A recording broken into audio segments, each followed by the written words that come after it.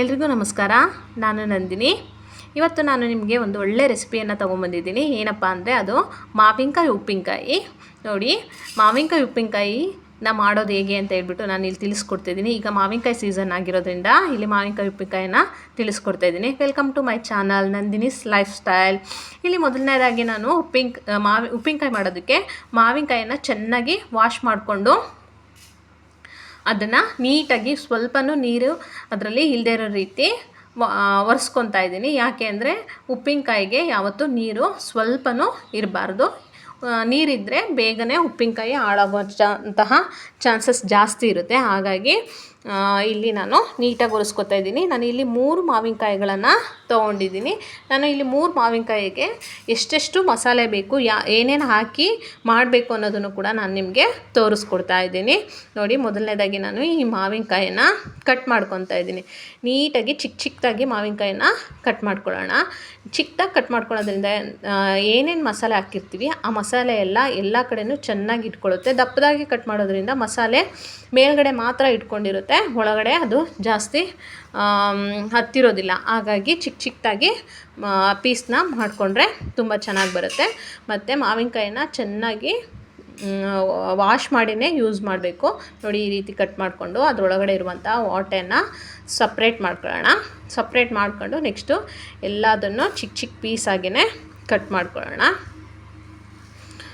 ನೋಡಿ, ಈ ರೀತಿ ಚಿಕ್ಕದಾಗಿ ಇಷ್ಟು ಚಿಕ್ಕದಾಗಿದ್ದರೆ ಸಾಕು. ಇನ್ನು ಚಿಕ್ಕದಾಗಿ ನೀವು ಮಾಡಿಕೊಂಡ್ರೂ ಕೂಡ ನಡೆಯುತ್ತೆ. ಕೆಲವರು ತುರಿದು ಕೂಡ ಮಾಡ್ಕೊತಾರೆ. ಇಲ್ಲಿ ನಾನು ಒಂದು 3 ಗೆಡ್ಡೆ ಬೆಳ್ಳುಳ್ಳಿಯನ್ನು ತೊಗೊಂಡಿದ್ದೀನಿ. ಅದನ್ನು ಚೆನ್ನಾಗಿ ಜಜ್ಕೋತಾ ಇದ್ದೀನಿ. ಈ ರೀತಿ ಜಜ್ಜಿ ಹಾಕೋದ್ರಿಂದ ಬೆಳ್ಳುಳ್ಳಿ ರಸ ಮಾವಿನಕಾಯಿ ಉಪ್ಪಿನಕಾಯಿ ಒಳಗಡೆ ಎಲ್ಲ ಬಿಟ್ಕೊಳ್ಳೋದ್ರಿಂದ ಅದರ ಟೇಸ್ಟು ತುಂಬ ಚೆನ್ನಾಗಿ ಬರುತ್ತೆ. ಇಲ್ಲಿ ಒಂದು 4 ಹಸಿರು ಮೆಣಸಿನ್ಕಾಯಿನೂ ಕೂಡ ನಾನು ಯೂಸ್ ಮಾಡ್ತಾಯಿದ್ದೀನಿ. ಒಂದು 4 ಹಸಿರು ಮೆಣಸಿನ್ಕಾಯಿ ಯೂಸ್ ಮಾಡ್ಕೊತಾ ಇದ್ದೀನಿ. ಮತ್ತು ಇಲ್ಲಿ ನೆಕ್ಸ್ಟು ಮಸಾಲೆಯನ್ನು ರುಬ್ಬೋದಕ್ಕೆ ಇದು ಡ್ರೈ ಮಸಾಲೆಯನ್ನು ರುಬ್ಕೊಳ್ಳೋದು. 2 ಸ್ಪೂನು ಸಾಸಿವೆ, 1 ಸ್ಪೂನು ಜೀರಿಗೆ, 1 ಟೇಬಲ್ ಸ್ಪೂನು ಮೆಂತ್ಯೆಯನ್ನು ಯೂಸ್ ಮಾಡ್ತಾಯಿದ್ದೀನಿ. ಮೆಂತ್ಯೆಯನ್ನು ಜಾಸ್ತಿ ಹಾಕ್ಕೋಬೇಡಿ. ಜಾಸ್ತಿ ಮೆಂತ್ಯ ಯೂಸ್ ಮಾಡಿದ್ರೆ ಕೈ ಥರ ಅನಿಸುತ್ತೆ ಉಪ್ಪಿನಕಾಯಿ. ಹಾಗಾಗಿ 1 ಟೇಬಲ್ ಸ್ಪೂನ್ ಸಾಕು. 3 ಮಾವಿನಕಾಯಿಗೆ 1 ಟೇಬಲ್ ಸ್ಪೂನು. ನೀವು 1 ಮಾವಿನಕಾಯಿ ಮಾಡ್ಕೊತೀರಾ ಅಂದರೆ 1 ಟೇಬಲ್ ಸ್ಪೂನು ಸಾಸಿವೆ, ಅರ್ಧ ಟೇಬಲ್ ಸ್ಪೂನು ಜೀರಿಗೆ, ಅರ್ಧ ಟೇಬಲ್ ಸ್ಪೂನು ಮೆಂತ್ಯೆಯನ್ನು ಯೂಸ್ ಮಾಡಿ. ಇಲ್ಲಿ ನೋಡಿ, ಈ ರೀತಿ ಅದು ಸ್ಮೆಲ್ ಕೂಡ ಚೇಂಜ್ ಆಗ್ತಾ ಹೋಗುತ್ತೆ. ಆ ರೀತಿ ಕಲರ್ ಕೂಡ ಚೇಂಜ್ ಆಗುತ್ತೆ. ಅದನ್ನು ಮಿಕ್ಸಿ ಜಾರ್ಗೆ ಹಾಕ್ಕೊಂಡು ನಾನು ಏನು ಹುರಿದಿದ್ದೆ ಆ 3 ಐಟಮನ್ನು ಕೂಡ ಮಿಕ್ಸಿ ಜಾರ್ಗೆ ಹಾಕಿ ಪುಡಿ ಮಾಡ್ತಾಯಿದ್ದೀನಿ. ನೋಡಿ, ಈ ರೀತಿ ಪೌಡರ್ ಆಗಿದೆ. ಇಷ್ಟು ಚೆನ್ನಾಗಿ ಪೌಡರ್ ಆದರೆ ಸಾಕು. ಈ ಪೌಡರನ್ನ ಸಪ್ರೇಟಾಗಿ ಎತ್ತಿಟ್ಕೊಂಡಿರಿ.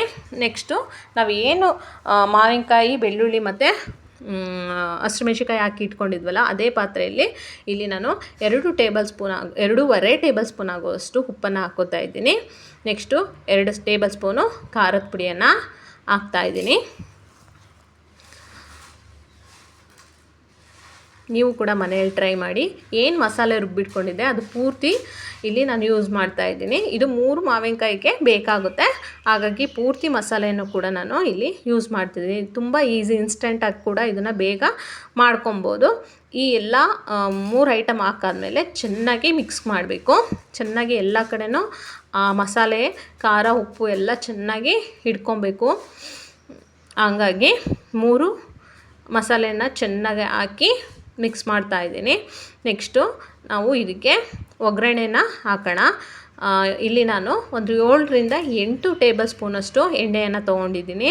ಎಣ್ಣೆಯನ್ನು ಬಿಸಿಗಿಟ್ಬಿಟ್ಟು ಅದಕ್ಕೆ ಸಾಸಿವೆಯನ್ನು ಹಾಕಿ, ಸಾಸಿವೆ ಪಟ ಅಂತ ಸಿಡಿದ ಮೇಲೆ ಎಣ್ಣೆಯನ್ನು ಅದೇನಿರುತ್ತೆ ಸ್ಟವನ್ನು ಆಫ್ ಮಾಡಿ, ನೆಕ್ಸ್ಟು ಏನು ಬಿಸಿ ಮಾಡ್ಕೊಂಡಿದ್ವಿ ಎಣ್ಣೆನ ಅದನ್ನು ಉಪ್ಪಿನಕಾಯಿಗೆ ಡೈರೆಕ್ಟಾಗಿ ಹಾಕೋದು. ನಾವೇನು ರೆಡಿ ಮಾಡ್ಕೊಂಡಿದ್ವಿ ಅದಕ್ಕೆ ಡೈರೆಕ್ಟಾಗಿ ಹಾಕ್ಕೊಂಡ್ರೆ ಸಾಕು. ನೆಕ್ಸ್ಟ್ ಅದನ್ನು ಚೆನ್ನಾಗಿ ಎಲ್ಲ ಕಡೆ ಸ್ಪ್ರೆಡ್ ಆಗೋ ರೀತಿ ಮಿಕ್ಸ್ ಮಾಡಬೇಕು. ನೋಡಿ, ಎಷ್ಟು ಚೆನ್ನಾಗಿ ಬಂದಿದೆ. ನೀವು ಕೂಡ ಮನೇಲಿ ಟ್ರೈ ಮಾಡಿ. ಯಾರ್ಯಾರಿಗೆ ಇಷ್ಟ ಆಯಿತು ಅವ್ರು ಕಮೆಂಟ್ ಮಾಡಿ ತಿಳಿಸಿ. ಟ್ರೈ ಮಾಡಿದವರು ಹೇಗೆ ಬಂತು ಅಂತ ತಿಳಿಸಿ. ಯಾರ್ಯಾರಿಗೆಲ್ಲ ಈ ವಿಡಿಯೋ ಇಷ್ಟ ಆಯಿತು ನನ್ನ ಚಾನಲನ್ನು ಸಬ್ಸ್ಕ್ರೈಬ್ ಮಾಡ್ಕೊಳ್ಳಿ, ಲೈಕ್ ಮಾಡಿ ಮತ್ತು ಶೇರ್ ಮಾಡಿ. ತುಂಬ ಚೆನ್ನಾಗಿ ಕೂಡ ಬಂದಿತ್ತು. ನಾವು ಆಲ್ರೆಡಿ ಟೇಸ್ಟ್ ಕೂಡ ನೋಡಿದ್ದೀವಿ. ತುಂಬ ಟೇಸ್ಟಿಯಾಗಿತ್ತು. ಇನ್ಸ್ಟೆಂಟಾಗಿ ಮಾಡ್ಕೋಬೋದು, ಯಾರು ಬೇಕಾದ್ರೂ ಕೂಡ ಮನೆಯಲ್ಲೇ ಮಾಡ್ಕೋಬೋದು. ಮತ್ತು ಇದನ್ನು ಗ್ಲಾಸ್ ಜಾರ್ಗೆ ಹಾಕಿ, ಯಾಕೆ ಅಂದರೆ ಪಿಂಗಾಣಿ ಅಥವಾ ಗ್ಲಾಸ್ ಜಾರಲ್ಲಿ ಯೂಸ್ ಮಾಡಬೇಕು. ಇದಕ್ಕೆ ಪ್ಲಾಸ್ಟಿಕ್ಕನ್ನು ಯೂಸ್ ಮಾಡಬಾರ್ದು. ಇದು ಹುಳು ಅಂಶ ಜಾಸ್ತಿ ಇರೋದ್ರಿಂದ ಇದಾಗೋದ್ರಿಂದ ಹಾಗಾಗಿ ಪಿಂಗಾಣಿ ಅಥವಾ ಗ್ಲಾಸ್ ಜಾರ್ಗೆ ಹಾಕಿ ಇಟ್ಕೊಬೇಕು. ಯಾರ್ಯಾರಿಗೆಲ್ಲ ಈ ವಿಡಿಯೋ ಇಷ್ಟ ಆಯಿತು ಪ್ಲೀಸ್ ಸಬ್ಸ್ಕ್ರೈಬ್ ಮಾಡಿ ನನ್ನ ಚಾನಲನ್ನು. ಮತ್ತು ನೀವು ಕೂಡ ಈ ರೆಸಿಪಿ ಹೇಗಿತ್ತು ಅಂತ ಟ್ರೈ ಮಾಡಿ ಕಮೆಂಟ್ ಮೂಲಕ ತಿಳಿಸಿ. ನನ್ನ ವಿಡಿಯೋ ನೋಡಿದ್ದಕ್ಕಾಗಿ ಧನ್ಯವಾದಗಳು. Thank you so much. Bye. Next ವಿಡಿಯೋದಲ್ಲಿ ನಾನು ನಿಮ್ಮ ಜೊತೆ ಸಿಗ್ತೀನಿ. Thank you so much.